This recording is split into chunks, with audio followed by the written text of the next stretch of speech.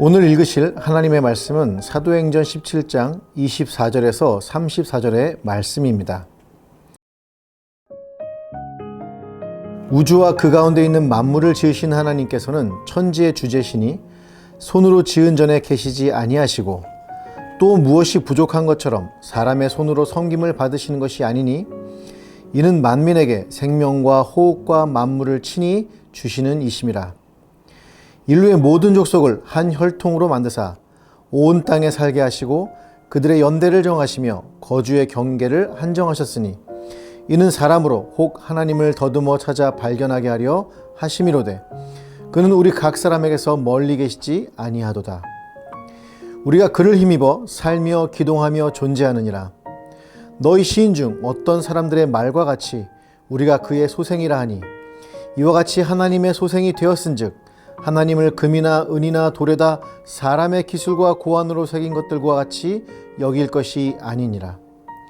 알지 못하던 시대에는 하나님이 간과하셨거니와 이제는 어디든지 사람에게 다 명하사 회개하라 하셨으니 이는 정하신 사람으로 하여금 천하를 공의로 심판할 날을 작정하시고 이에 그를 죽은 자 가운데서 다시 살리신 것으로 모든 사람에게 믿을 만한 증거를 주셨음이니라 하니라.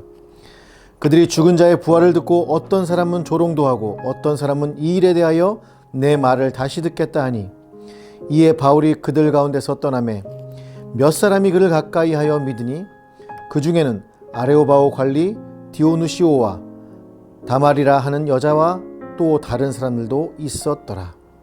아멘.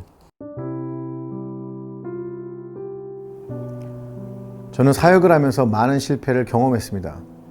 정말 좋은 기획이었고 이 계획대로 된다면 엄청난 일이 발생할 거야 라고 하는 생각을 한 일들이 있었습니다. 그런데 여러분이 생각하시는 대로 되었습니다. 우리가 흔히 말하는 실패를 한 거죠. 그러면서 크리스천의 실패는 믿지 않는 사람들과 무엇이 다른가? 다른 것은 없는 걸까? 라는 의문이 들었습니다. 오늘 여러분과 제가 읽은 본문에는 바울의 실패 중 가장 뼈 때리는 실패로 알려진 장면이 나옵니다. 많은 분들이 철학적이고 이성적으로 접근했던 바울의 아레오바고 설교는 실패했다라고 말씀합니다. 이유는 전도의 열매가 극히 적었기 때문입니다. 이 표현을 본다면 매우 부정적인 표현인 것 같습니다. 에게 그 정도밖에 안 되네. 그런데 본문을 자세히 보시기 바랍니다. 34절에 나오는 몇 사람이라는 표현은 영어로 a few입니다. few가 몇 명 없었다라는 표현인 반면 a few는 몇 명이나 있었다라는 긍정적인 표현이라는 것을 중학교 때 다 배우셨을 줄로 믿습니다. 더구나 그를 가까이 하여 라는 표현은 콜레덴테스라는 표현인데 수동태입니다. 학자들은 이런 수동태를 신적 수동태라고 하여 성령님에 의해 바울에게 밀착되어졌다는 의미로 사용된 것이죠. 또한 큰 무리의 회심은 아니었지만 친히 믿게 된 두 사람의 이름이 명시되어 있습니다. 과연 34절은 실패를 보여주는 이야기일까요? 왜 성경에서 보이는 문학적인 표현은 긍정적으로 보일까요? 바울이 현재 위치한 곳은 그리스에 있는 아덴, 즉 아테네입니다. 아레오바고는 아테네에 있던 바위 언덕입니다. 아레스라고 하는 전쟁의 신의 언덕이라는 의미죠. 그리고 아테네에서는 많은 신전과 우상 숭배와 철학이 가득한 도시였습니다.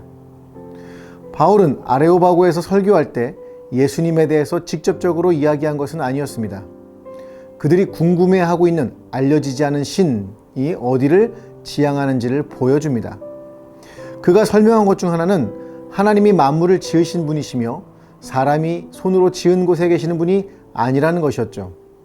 다른 하나는 하나님은 부족해서 사람에게 무엇을 받는 분이 아니라 모든 사람에게 생명과 호흡과 만물을 주시는 분이라는 것입니다. 바울의 이러한 접근 방식은 28절에도 계속됩니다. 우리가 그를 힘입어 살며 기동한다는 것은 당시 크레타 시인이었던 에피메니데스의 크레티카라는 문학작품에서 인용한 것입니다. 왜냐하면 당시 에피쿠로스 학파에서는 신이 인간의 일에는 절대 무관심하다고 주장했기 때문입니다. 바울은 그들의 주장과 달리 인간은 하나님을 떠나 살 수 없다는 것을 그들의 방식으로 이야기한 것입니다. 또한 우리가 그의 소생이라는 표현 역시 클레안데스라는 시인이 제우스에게 바치는 찬송이었습니다. 아덴 백성은 제우스의 소생이었기 때문에 우월하다는 것을 주장하는 찬송이었죠. 바울은 신의 소생인데 왜 인간이 만든 우상을 숭배하는가 하며 그들의 허점을 파고듭니다. 바울은 무례하게 예수님의 이름을 먼저 거론한 것이 아니라 그들이 알고 있는 것들에 대한 무지성을 타파함으로써 회개에 이르도록 하였고, 그런데 그 결과는 참담해 보였습니다. 그런데 말입니다. 성경에 기록된 디오누시오라는 사람은 판사 출신으로 유세비우스에 의하면 아덴 교회의 초대 감독이었다고 합니다. 초대 담임 목사님이죠. 그리고 순교를 했는데 그가 섬긴 아덴 교회는 1453년 콘스탄틴 함락 후 동로마, 즉 그리스 정교회의 중심지가 되었다고 합니다. 흔히 말하는 동방정교회입니다. 로마 가톨릭과 함께 동방정교회는 기독교 역사의 큰 두 축 중 하나였습니다. 바로 그러한 사역의 발원지가 바울의 사역이 실패했다고 말해지는 아덴이었습니다. 또한 바울의 아레오바고 설교는 2세기가 지나면서 발전하기 시작한 변증학의 기본 틀을 제공하였습니다. 믿지 않는 사람들에게 그리고 이단에게 어떻게 복음을 전해야 하는가를 변론하고 증명하는 방식을 마련할 수 있었던 것이죠. 저는 크리스찬이 보아야 할 성경적인 실패학은 우리의 실패도 하나님은 선하게 사용하신다는 것입니다. 여러분과 제가 살아가면서 실패하는 장면들이 있습니다. 그리고 앞으로 많을 겁니다.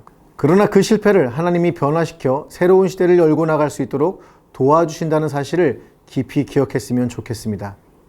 하나님 안에서 실패자는 하나님의 성공자입니다. 기도하시겠습니다. 모든 것을 합력하여 선을 만드시는 분, 세상 사람들은 실패가 끝이라고 생각하지만 우리는 그때부터가 진정한 시작이라는 것을 알고 있습니다. 오늘도 실패했다고 생각하는 청년들에게 새로운 길을 열어 주옵소서. 예수님의 이름으로 기도합니다. 아멘.